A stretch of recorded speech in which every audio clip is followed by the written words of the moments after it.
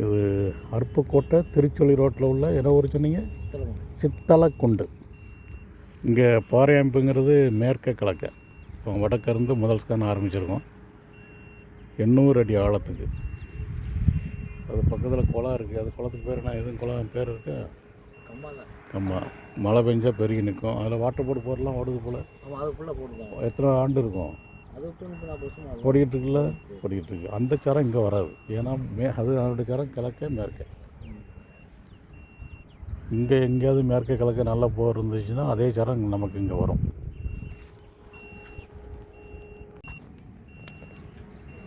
இது 2வது ஸ்கேன். ரொம்ப அக்யூரேசியை கவனத்தில் கொண்டு 30 மீட்டர் மட்டும் வச்சு ஸ்கேன் பண்ணதான் 800 அடி ஆழத்துக்கு. அங்கே முதல் ஸ்கேனில் ஒரு ரொம்ப சுமாரான பிரேக்கு, அது வேண்டான்ட்டாங்க, இடம் வைக்கல.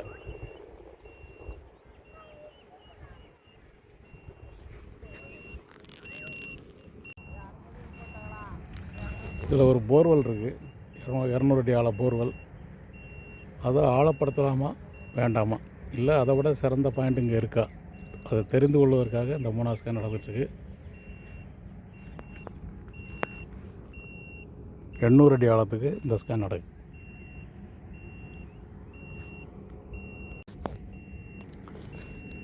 இது அவங்க விரும்புகிற இடத்துல இது 5வது ஸ்கேன். இது 40 மீட்டரில் எடுத்து 260 மீட்டர் ஆழம், ஏறக்குறைய 800 அடி ஆழத்துக்கு ஸ்கேன் நடந்துட்டுருக்கு.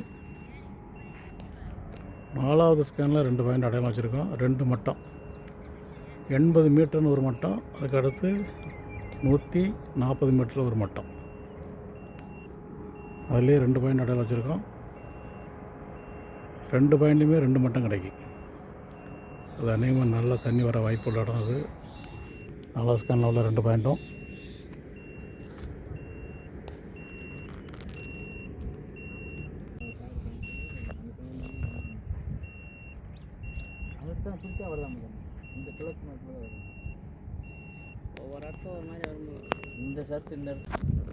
சித்தலக்குண்டா?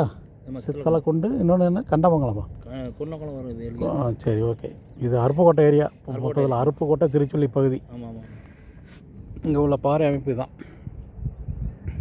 நார்த்து 40 டிகிரி ஈஸ்ட்டுங்கிற கோணத்தில் கிடக்கு. இப்படியா சார்? அதாவது வடகிழக்கு தென்மேற்கில் கிடக்கு. இப்படி ஸ்கேன் பண்ணலாம், இந்த வாக்கிலையும் ஸ்கேன் பண்ணலாம். உங்களுக்கு இப்படி பெர்ஃபெக்டாக கரெக்டாக அந்த 4வது ஸ்கேன் பண்ணி அடையாளம் வச்சிருக்கு.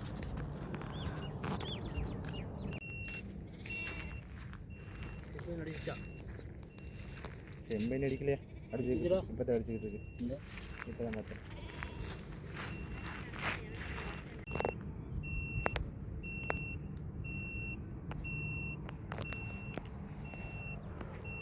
அந்த போர் கேசி பைப் மட்டும் எத்தனை அடி இறக்குனீங்க? கேசி ஒரு 5 அடி தான் இறக்குது சார். வெறும் 5 அடி தான். சரி இறக்கி போட்டுருக்காங்க. ஆமாம், 500 அடி ஆழம் போட்டிருக்கீங்க. ஈரம் ஏதாவது வந்துச்சா? ஈரம் 230லேருந்து ஈரகசி 230. அது 230 தான் ஈரம் வந்துச்சு. ஈரமண். அதுக்கு மேலே உள்ள தூசி. 230 அடியில் பிரேக் ஆனது, தண்ணி வரலையே நிறைய. அதான் நாங்கள் பயந்துக்கிட்டு போடல. இங்கே மேக்ஸிமம் 700 அடிக்கு போனால் தான் இப்போதைக்கு மண். சரி, இப்போ நாம் 1150 அடி ஆழத்துக்கு ஸ்கேன் பண்ணுறோம். அந்த போரை ஆழப்படுத்தவா வேண்டாமாங்கிற இது இப்போ தெரிஞ்சேன்.